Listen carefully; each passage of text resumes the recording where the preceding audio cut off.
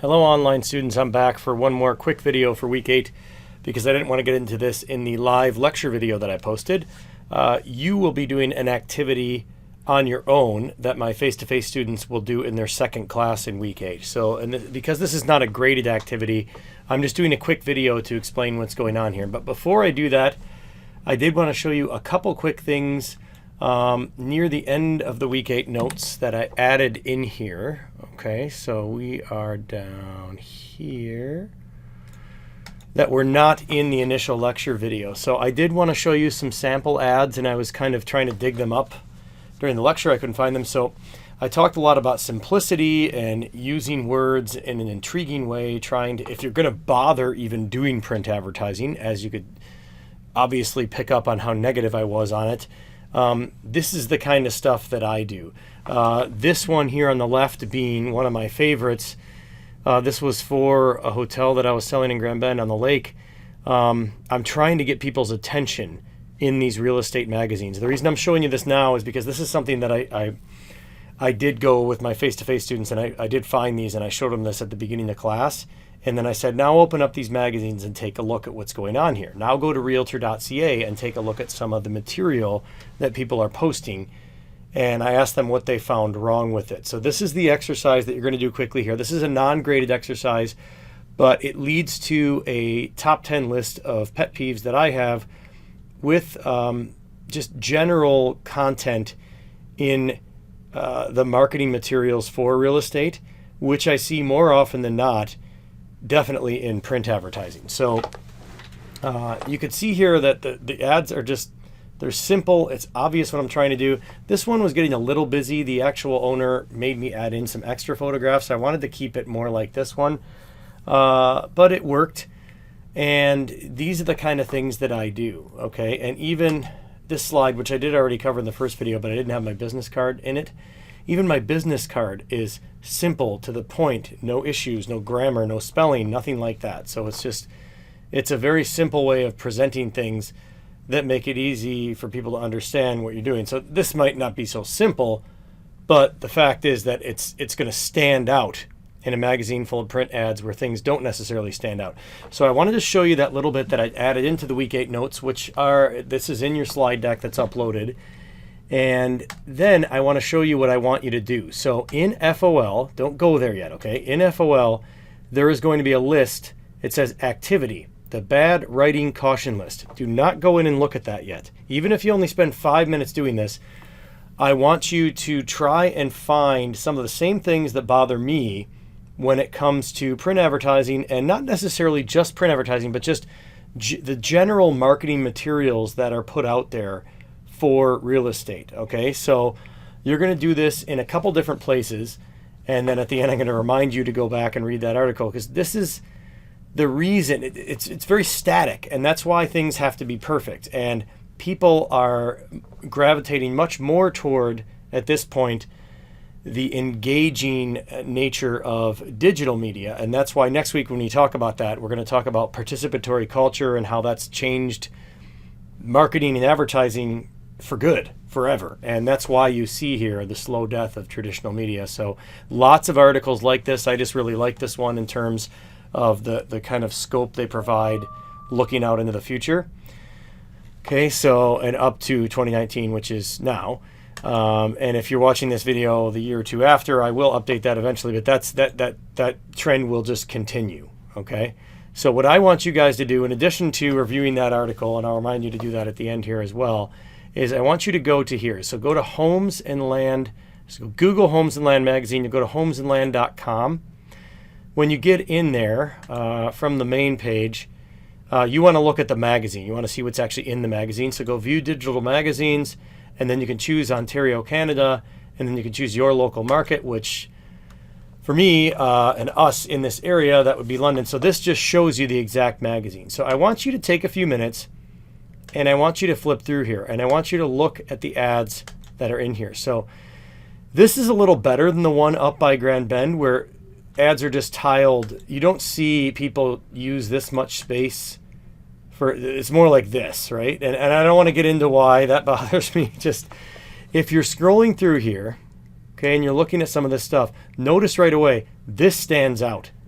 as we go back through and look at the rest of this stuff, how is that actually helping the client when you look at this? Okay, now this goes to something on their website, which you pay a little extra for that, or it does a pullout. It doesn't even go to their website.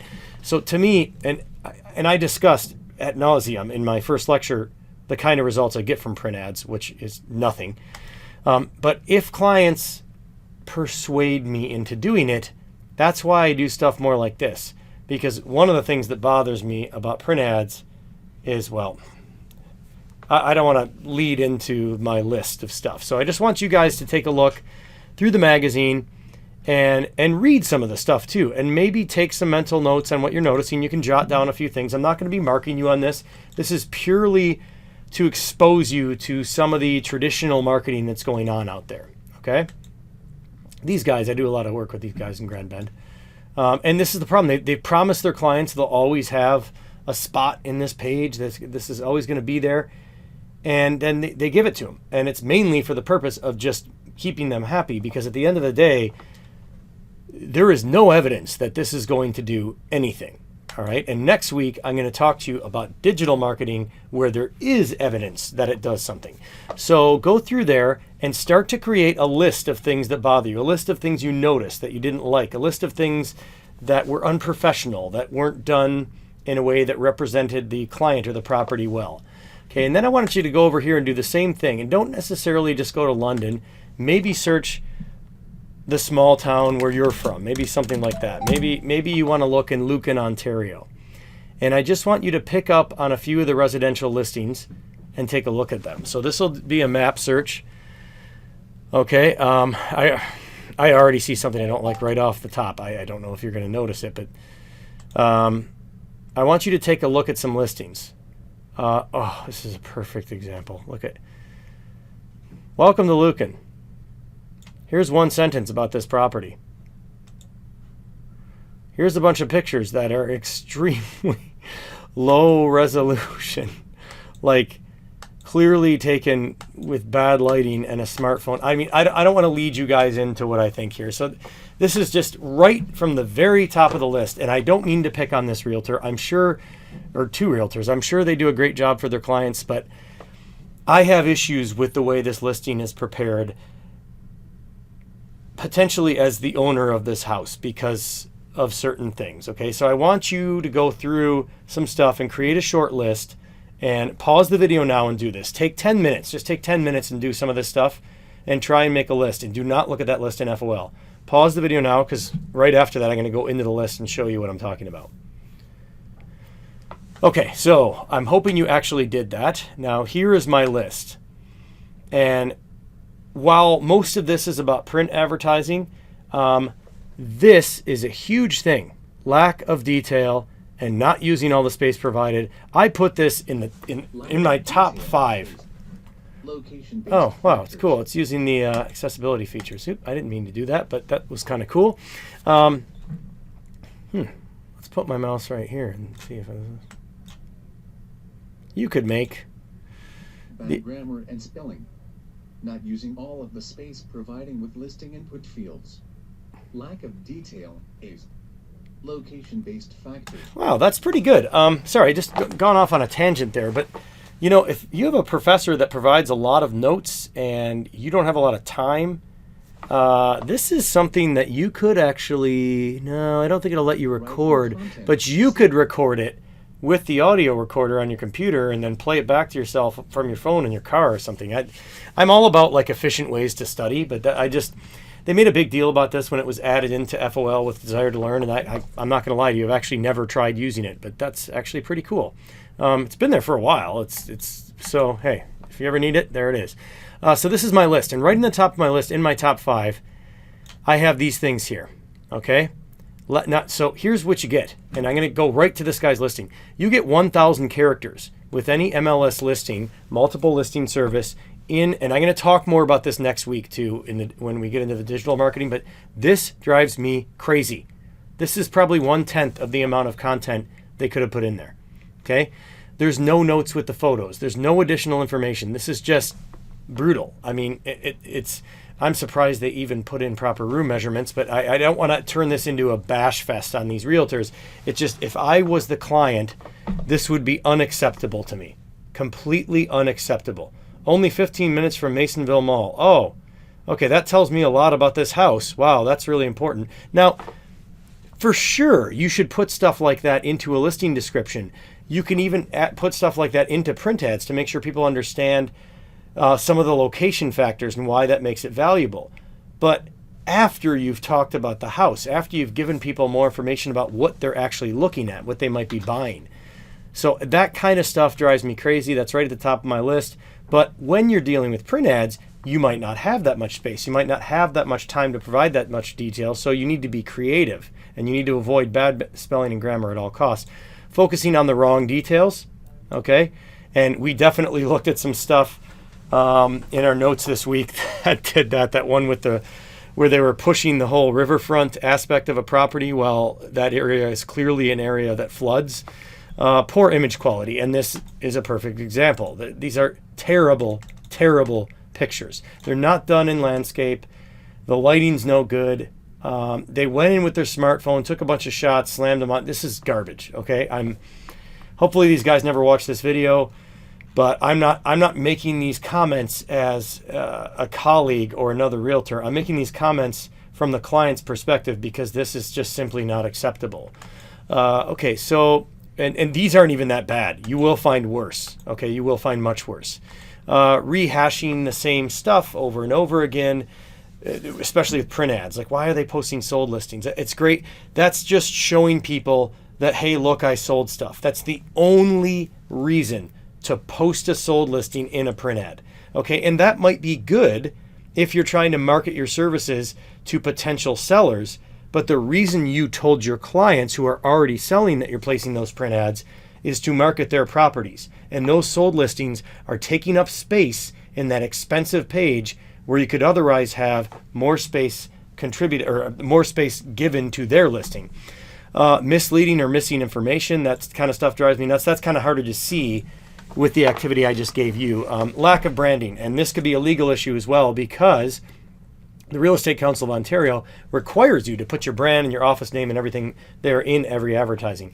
And then the thing that drives me the most nuts is when you get the big teams and they tell all their clients, oh yeah, you're going to get print ads. And then you get, these aren't even that bad, okay? Kim takes a double-sided page, but she does this because she's always telling her clients, you'll get print ad space. But what is this really worth, right? When you compare it to something like this. This was an entire ad in that magazine. And people did notice it. Still didn't sell the property, still didn't produce results, but I actually got comments from colleagues, fellow realtors, that they liked the way my ad looked, even though it never got me any leads, because print ads are a waste of time and a waste of money. So I'll see if I can find one. I mean, it's the ones where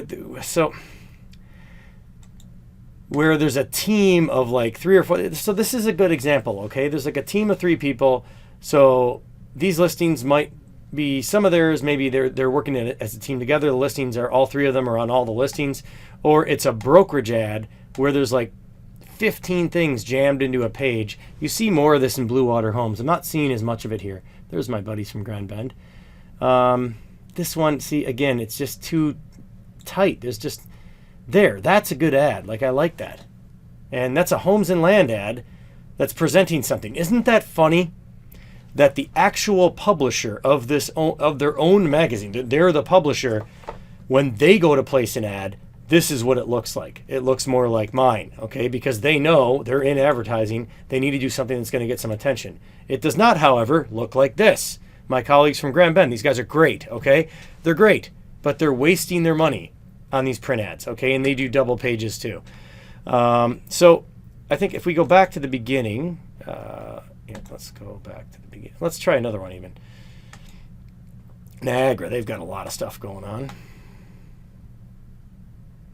Okay, it's just I want to give you a good example of what I'm talking about. And a lot of you have probably already stopped watching at this point because you know exactly what I mean. And I will, when we get to the final test, I probably will ask you about some of these things because this is an activity. While it's not a graded activity, you know anything in my notes is fair game. And I'm a professional in this business, so I do have a pretty good idea of what's going on. But I did want to show you at least one good. Man, people aren't doing them as much as Blue Water Homes. I should have. There's a good one. So this one's getting really jammed. Okay, so here's a guy that says every one of you is going to get print ads, and he's got 1, 2, 3 times 4. He's got 12 on one page. Okay, to me that is not getting proper presence. All right, I mean really, and I don't mean to throw these guys under the bus, and I'm not trying to knock my colleagues. But I'm in marketing. I'm a marketing professor. I also happen to do real estate. I've done the research. I've tried to track it anytime I do print ads, and I've done a lot of them, and there have never been results, ever. So that's why it annoys me even more doing this kind of stuff. If you're going to bother doing print ads, it's even more of a waste, okay? So that's part of my list, this multi-listing ad thing where you fill up the whole page with a bunch of stuff. But I put that at the bottom, even though I spend more time showing you an example, because these are the more obvious ones. And these are the ones that'll set you off right away. If you see bad spelling or grammar, you might still like the imagery, and that might not turn you off in the listing if you're a buyer. But for your client, if they catch you on that, and it's representing your picture perfect listing, and they've got bad spelling and grammar in there, that's going to be really bad, okay? And not using the space you get on realtor.ca, lack of creativity, focusing on the wrong stuff, all these things. So that was the exercise I wanted you to do in week 8. In addition to the other stuff that's already in there, we don't actually have a graded activity in week 8, but I would like to make sure you read that article. It has a lot of good points on why this is happening. These people just think, oh, it's because computers are more popular and all this stuff. That's not necessarily true. It's happening because the experience is better for the user, and print ads are static. There is no experience, okay? And that's why we're seeing the death of this type of media. So spend a little time with this. That's why I wanted to make the additional video for this week. I just want you to see that there's a lot of bad things going on there when it comes to content marketing for real estate, and the bulk of it goes back to traditional marketing. And that's just not the way we're moving things now. And as you know from week 7, the bulk of your leads are coming from people you already know anyway, which means a lot of this won't even be that relevant. But you still have to do it because you can't rely completely on the people you know. Okay, you still need to get new leads. So that's it for this week. Hopefully you guys enjoyed that. There's going to be lots more awesome stuff next week. And remember that anything in these notes and anything I discuss in these videos will be fair game, but I always try and make primary points and kind of draw your attention to certain things when I am going to put it on the test. So that's it. I'll see you guys next week. Thanks again for watching.